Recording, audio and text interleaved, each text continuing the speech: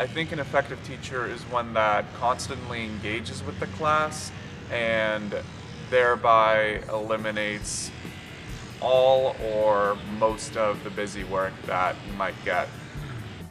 I think an effective teacher should be able to relate to the students and effectively communicate to this.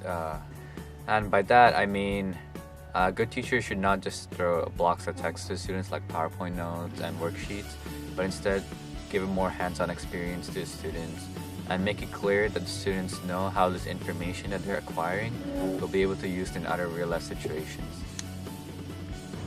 I think what makes an effective teacher it's when he pass his feelings to the classmates. He can like pass the mood to the classmates. He can like be happy and trying to teach them and motivate them. That's what I really think about it. And when the teacher is very detailed and knows the very good the subject and knows that matter. What I think it's outdated teaching technique is kind of when a teacher puts a movie and you have to take notes about that movie with a bunch of questions and stuff. I don't really like that because you pay more attention to the questions, but you cannot see like the whole kind of the movie, like the whole interpretation of the movie for one. I think an outdated teaching technique is the use of constant multiple choice to evaluate a student's learning.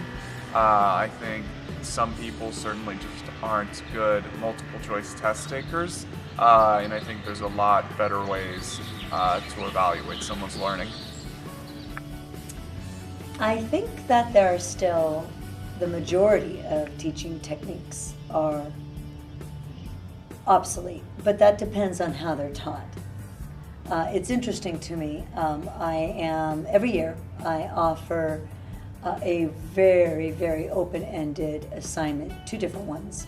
For my AP Lit, it's this is your opportunity to explore something we touched upon over the year, and now you get to teach it to the class. And sure enough, they use a PowerPoint and they lecture. And I'm like, dude, I told you anything you want, and it seems to me that that is either they are doing what they consider to be the paradigm. So I've created, I want that system to fall away, but I keep on perpetuating the system, and I could see it because when my students present, they're presenting the same way. And so I'd like for them to break out of that paradigm, and so therefore the way I'm teaching is obsolete, and I see it in every other classroom here. We still do a majority of lecture and a majority of very much teacher, the sage on the stage idea. I'm the teacher and I know everything, and I'm going to educate you all, fill your vessels, and you just watch, sit there looking at them as they look at you with these blank stares. And it happens every single year since I've been a student, and it continues to exist today. That's also true with my seniors. This year we're doing TED Talks, and I asked them, if you could change the world, what would you do to change it? Go out there and be the change you want to be, to quote Gandhi. And they're up there giving basically reports, again, PowerPoints and with research, which tells me that we have just educated people in the same paradigm, and then they will continue with the same, because that's what they know. So I think a lot is obsolete. If we really want to make a difference, we have to stop testing them, standardized tests. We have to test, we have to figure out a way for students to explore, to take chances, and everything we do is in opposite of that. We ask students to be courageous and creative, but we penalize them with standardized tests. If they really do become courageous and alternative, then they probably won't get into the colleges they want to. So most of what we do, I think, is obsolete. What is not obsolete is passion, teacher caring, teachers trying to get relationships, really form relationships with their students, finding out who they are, reading with them, writing with them, sharing poetry, sharing passionate ideas. That is not obsolete. Storytelling will never be obsolete.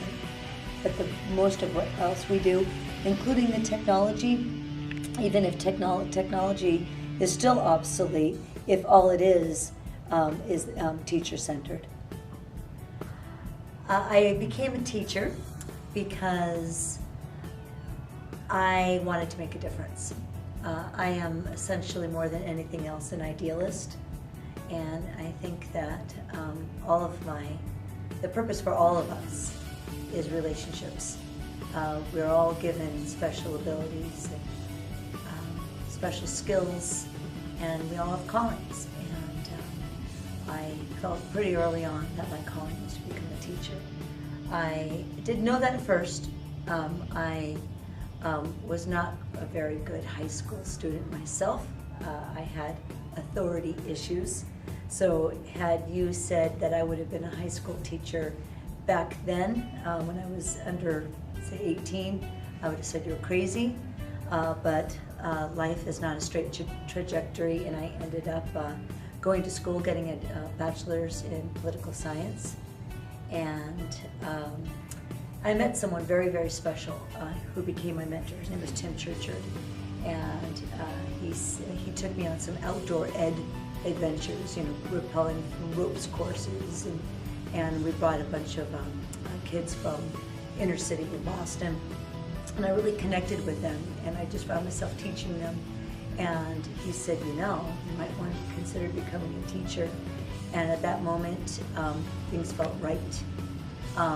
And the idea of right in a sense of justifying, to make things right, things became aligned. And from there, it was just a matter of getting my credential, doing what I had to do to get the paper. I continued to school with a degree in political science, and then, of course, then I went to become a teacher to teach history, and started teaching history. Fell in love with a certain school in Maine, and they said, yeah, we like you, we'll hire you if you become an English teacher. So I said, teaching is teaching. So I became a teacher of humanities, got another master's in teaching and one in English. So I became a teacher of humanities. That's how I became a teacher. What are your daily challenges as a teacher? My daily challenges as a teacher is to remain relevant, to remember that it's not about me and my preconceived ideas about what teaching is, but about what my students need. This year, I have failed miserably, and it's due to a lot of things, but it's about really being relevant to students' needs, and that changes over time. For freshmen, you need to be extremely focused on skills, whereas with seniors, they got it. I don't need to teach them how to write a research paper, how to write a thesis statement. They know what symbolism is.